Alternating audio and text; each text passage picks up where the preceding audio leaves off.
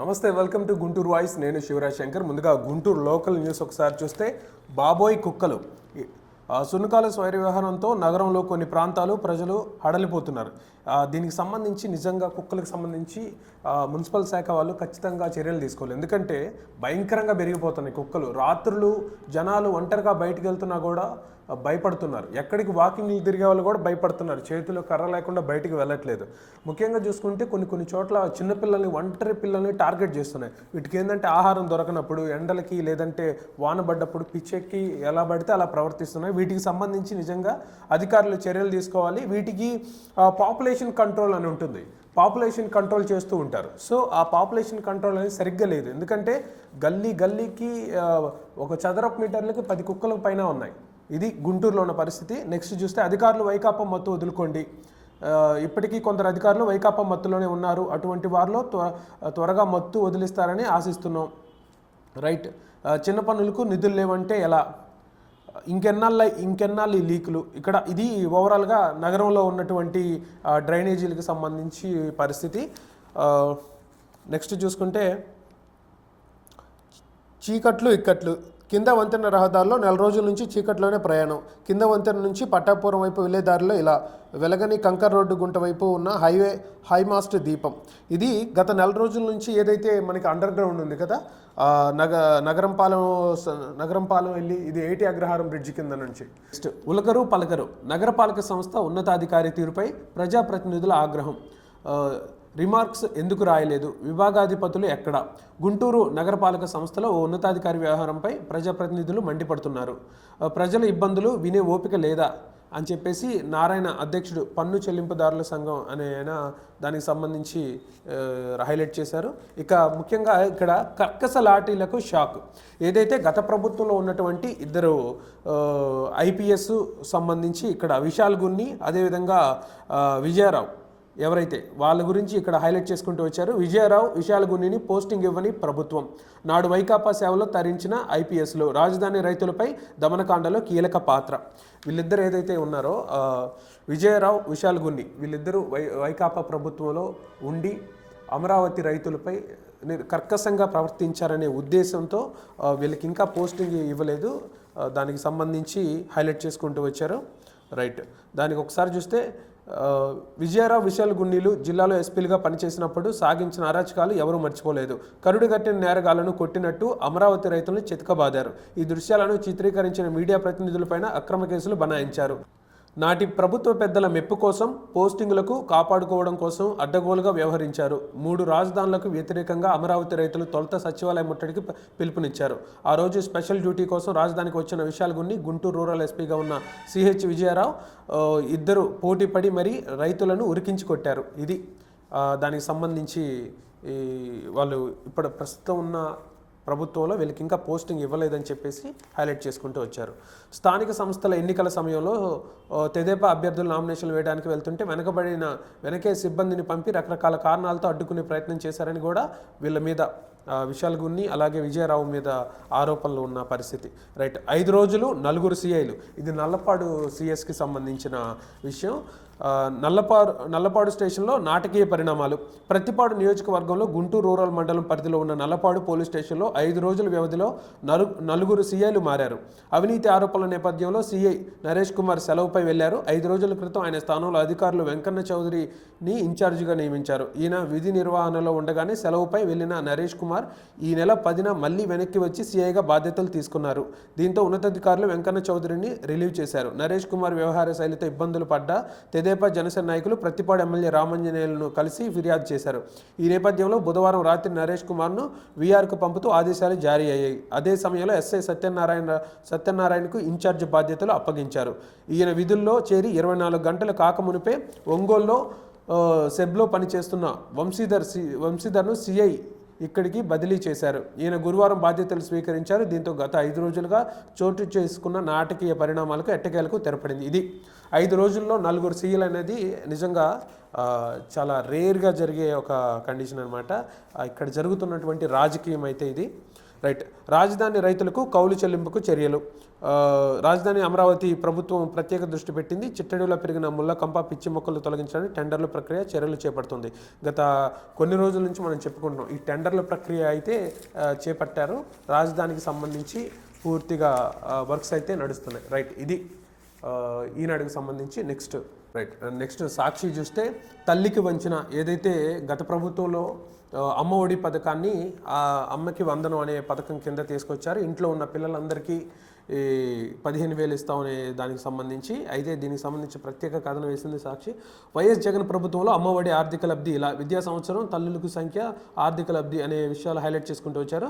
2019-20 1,46,232 తల్లుల సంఖ్య ఉంటే 219.34 కోట్లకి సంబంధించి ఆర్థిక లబ్ధి చేకూరిందనేసారు. 2020-21లో 1,55,330 మంది తల్లులు ఉంటే వాళ్ళకి 232 కోట్లకి సంబంధించి లబ్ధి చేకూరిందని అన్నారు. 2021-22 చూసుకుంటే 1,64,601 మంది తల్లులు ఉన్నారు, వాళ్ళకి 2,46,000. ఇక 2022-23కు సంబంధించి 1,59,594 మంది తల్లులుంటే వాళ్ళకి 239.39 కోట్లకు సంబంధించి లబ్ధి చేకూరిందన్నారు. మొత్తంగా జగన్ ప్రభుత్వంలో అమ్మఒడికి సంబంధించి చేసిన ఖర్చు 938.62 కోట్లకు సంబంధించి ఇది చేశారు. 4 ఏళ్లలో ప్రతి తల్లికి అమ్మఒడి ద్వారా అందిన మొత్తం 60,000 అని చెప్పేసి హైలైట్ చేసుకుంటూ వచ్చారు. పిల్లలిద్దరికీ ఇవ్వాలని చెప్పేసి డిమాండ్ చేస్తున్నారు, హామీని నిలబెట్టుకోవాలని. ఇక రైట్, ఇది ఏదైతే కొత్తగా రిలీజ్ అయినటువంటి జీవోకి సంబంధించి అనేక అనుమానాలు వ్యక్తం చేస్తున్నారు. దీనికి సంబంధించి వైసీపీకి సంబంధించిన వ్యక్తులు. రైట్, నెక్స్ట్ చూసుకుంటే బియ్యం కందిపప్పు కౌంటర్ల ప్రారంభం. ఏదైతే మనం బియ్యం కందిపప్పు రేట్లు పెరిగిన సందర్భంగా నిన్న చెప్పుకున్నాం, నాదెండ్ల మనోహర్ గారు ఏదైతే వాటిని తగ్గించి పప్పు వచ్చేసి కందిపప్పు 120 రూపాయలు, అదేగా రా బియ్యం అదే బీపీటీ 47-48 రూపాయలకి సంబంధించి అందిస్తున్నారు ఈ కౌంటర్ల దగ్గర. రైట్, నెక్స్ట్ చూసుకుంటే ఇసుక తక్కడి. తుళ్ళూరు మండలం తాళ్ళాయిపాలెం రీచ్లో లారీలు ఇసుక నింపుతున్న జేసీబీ. 20 టన్నులకు 11,000. నిర్వహణ Telugu తమ్ములదే, అనుచరులకు loading.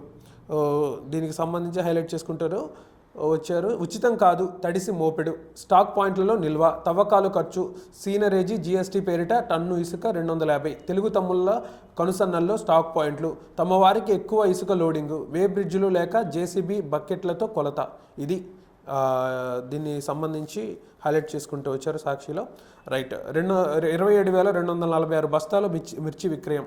Guntur market yard గురువారం 26,349 మిర్చి బస్తాలు రాగా గత నిల్వలతో కలిపి ఈనాం విధానం ద్వారా 27,246 బస్తాల అమ్మకాలు జరిగాయని చెప్పేసి చెప్తున్నారు. ఇక్కడ నెక్స్ట్ అధికారులతో అప్రమత్తంగా ఉండండి. మున్సిపల్ శాఖ మంత్రి పి నారాయణ డయేరియా ప్రభావిత ప్రాంతాల్లో పర్యటన. ఏదైతే పిడుగురాళ్లలో నిన్న దాదాపు 150 మంది డయేరియా ప్రాబ్లంతో జాయిన్ అయ్యారు. దాంట్లో దాదాపు వారం వ్యవధిలో 5 చనిపోయారు.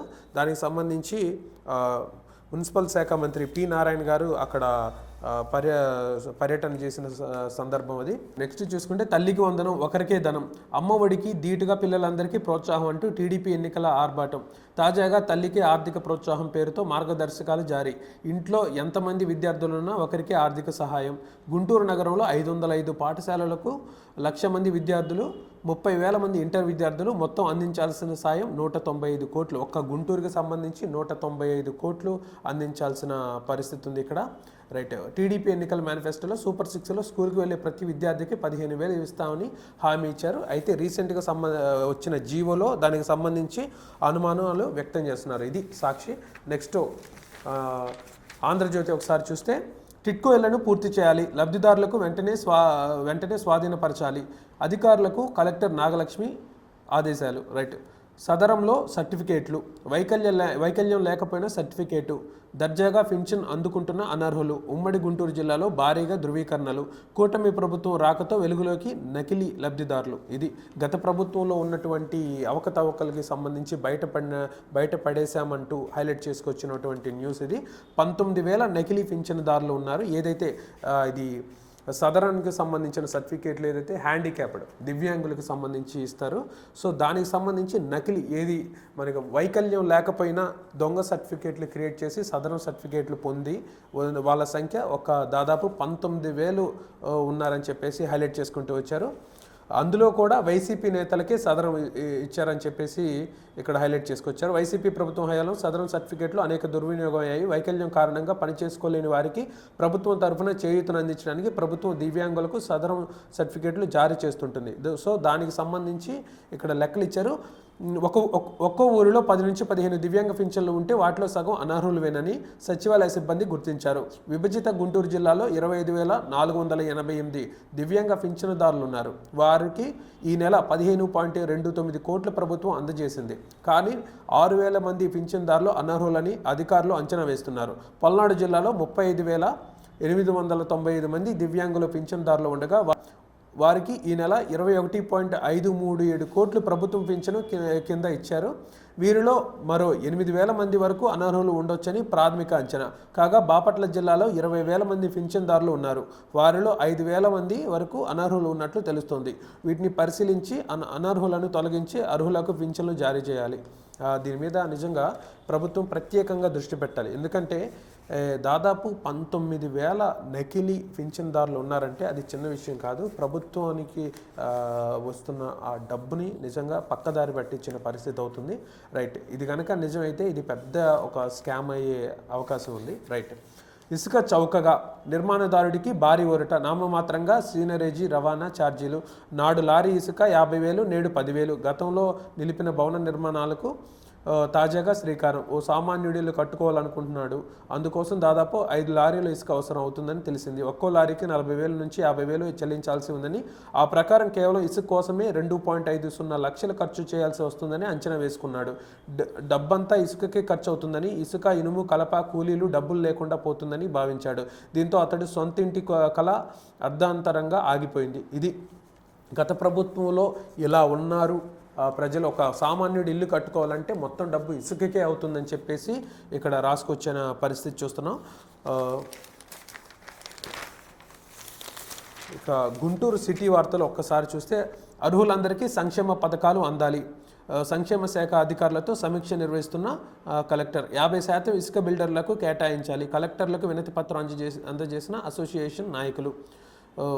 దీనికి సంబంధించి 50% ఇసుకను బిల్డర్లకు కేటాయించాలని నరేడ్కో క్యాపిటల్ జోన్ తరఫున కలెక్టర్ నాగలక్ష్మికి విజ్ఞప్తి చేశారు. రైట్, నగర అభివృద్ధికి సహకారం అందించండి కలెక్టర్ నాగలక్ష్మిని కోరిన మేయర్. నల్ల చెరువులో ప్రజల సమస్యలు తెలుసుకుంటున్న ఎమ్మెల్యే గల్లా మాధవి. ఎన్డీఏ ప్రభుత్వంపై వైసీపీ నేతల విమర్శలు సిగ్గుచేటు అని చెప్పేసి ఆమె పేర్కొనడం జరిగింది. రైట్, నల్ల చెరువులో ప్రజా సమస్యల తిష్ట. నాగార్జునను తక్షణమే అరెస్టు చేయాలి. ఏదైతే వైసీపీకి సంబంధించి ఈయన స్పోక్స్ పర్సన్ ఆయన చంద్రబాబు మీద, లోకేష్ మీద అనుచిత వ్యాఖ్యలు చేశారని చెప్పేసి ఆయన్ని అరెస్ట్ చేయాలని చెప్పేసి కర్నూలు 3 టౌన్ స్టేషన్లో ఫిర్యాదు చేశారు టీడీపీ నాయకులు. దానికి సంబంధించి ఇక్కడ హైలైట్ చేసుకుంటూ వచ్చారు. రైట్, ఇక పాఠశాలలో స్కౌట్, ఇది ముందు కవర్ చేసాం. కిడ్నీ బాధితులను మోసం చేసిన వారిపై చర్యలు తీసుకోవాలి అంటూ హైలైట్ చేసి, కూలీ పనులు దొరకడం లేదని వ్యక్తి ఆత్మహత్య. కారు ఢీకొని గుర్తు తెలియని వ్యక్తి మృతి. ఇది నగరంపాలెం 3 బొమ్మల సెంటర్ దగ్గర జరిగింది. యంగ్ మెన్ క్రిస్టియన్ అసోసియేషన్ అభివృద్ధికి కృషి చేస్తా. నెక్స్ట్, దుల్హాన్ పథకాన్ని పునరుద్ధరించడంపై హర్షం. ఇసుక ఉచితం ప్రకటనతో ముస్లింలకు మేలు. అబ్దుల్ గని. శ్రీ చైతన్య ఆధ్వర్యంలో green India rally. Right, outfall drain railway క్రాసింగ్కు చర్యలు తీసుకోవాలి. అధికారులకు ఎమ్మెల్యే నజీర్ ఆదేశాలు. అందుబాటుదారుల్లో బియ్యం, కందిపప్పు అందిస్తాం. పశ్చిమ ఎమ్మెల్యే మహమ్మద్ నజీర్. రైట్, ఇది ఓవరాల్గా గుంటూరుకి సంబంధించి ఈ ఆంధ్రజ్యోతిలో ఉన్నటువంటి వార్తలు.